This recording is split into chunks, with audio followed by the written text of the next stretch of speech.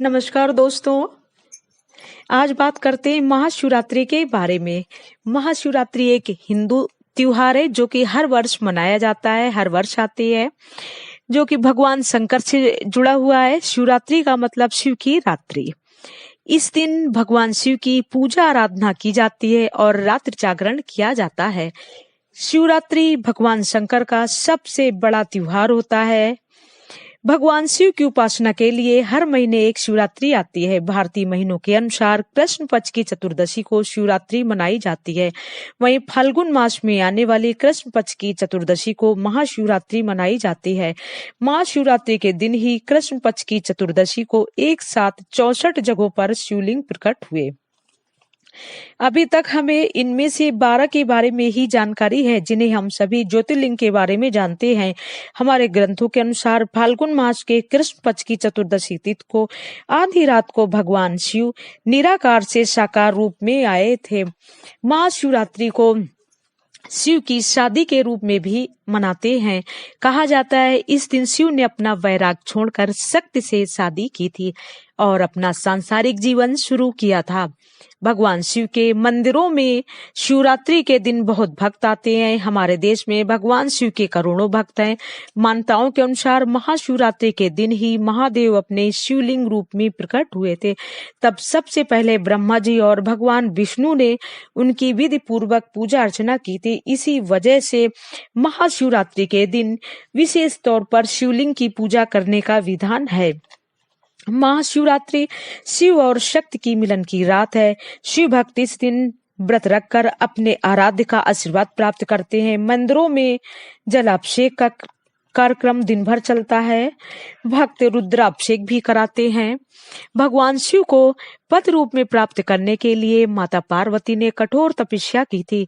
शिव जी ने तपस्या से प्रसन्न होकर फाल्गुन मास की कृष्ण पक्ष की चतुर्दशी के दिन माता पार्वती के साथ विवाह किया था। माता पार्वती ने जहाँ तपस्या की थी वह स्थान केदारनाथ के पास स्थित गौरी कुंड है और तपस्या पूरी होकर गुप्त काशी में देवी पार्वती ने भगवान शिव के सामने विवाह का प्रस्ताव रखा, जिसे भगवान शिव ने स्वीकार कर लिया था।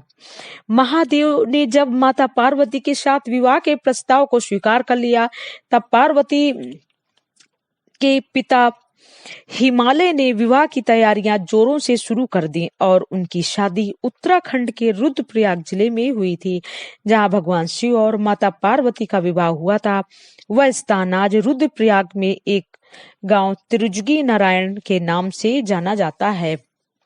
तिरुजगी नारायण में भगवान शिव का देवी पार्वती के साथ विवाह हुआ था। यह भगवान विष्णु और देवी लक्ष्मी को समर्पित एक मंदिर है, जिसे शिव पार्वती के विवाह स्थल के रूप में जानते हैं।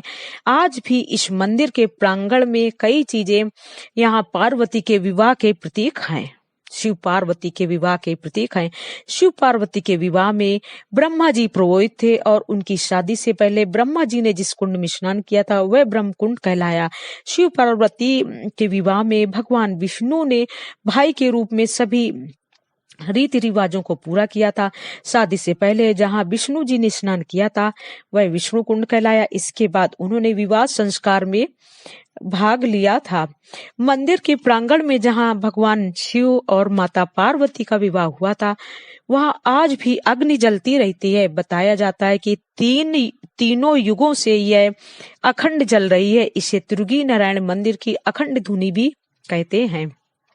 इसी अग्नि के चारों ओर भगवान शिव और माता पार्वती ने 7 फेरे लिए थे। कई लोग अग्निकुंड की राख को घर ले जाते हैं।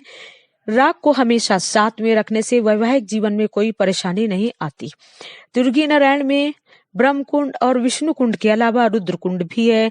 कहा जाता है कि सभी देवी देवताओं ने भगवान शिव और माता पार्वती के विवाह में शामिल हुए थे। विवाह संस्कार में शामिल होने से पहले उन्होंने सभी देवी देवताओं ने रुद्र कुंड में स्नान किया था। मानता है कि इस कुंड का जल का स्रोत सरस्वती कुंड से आता है। जब भक्त यहाँ दर्शन के लिए आते हैं तब इन कुंडों में स्नान करके सभी देवी देवताओं का आशीर्वाद प्राप्त करते हैं। दोस्तों, आपको ये हमारी जानकारी कैसी लगी? हम सभी की तरफ से आप लोगों को महाशिवरात्रि की हार्दिक शुभकामनाएं।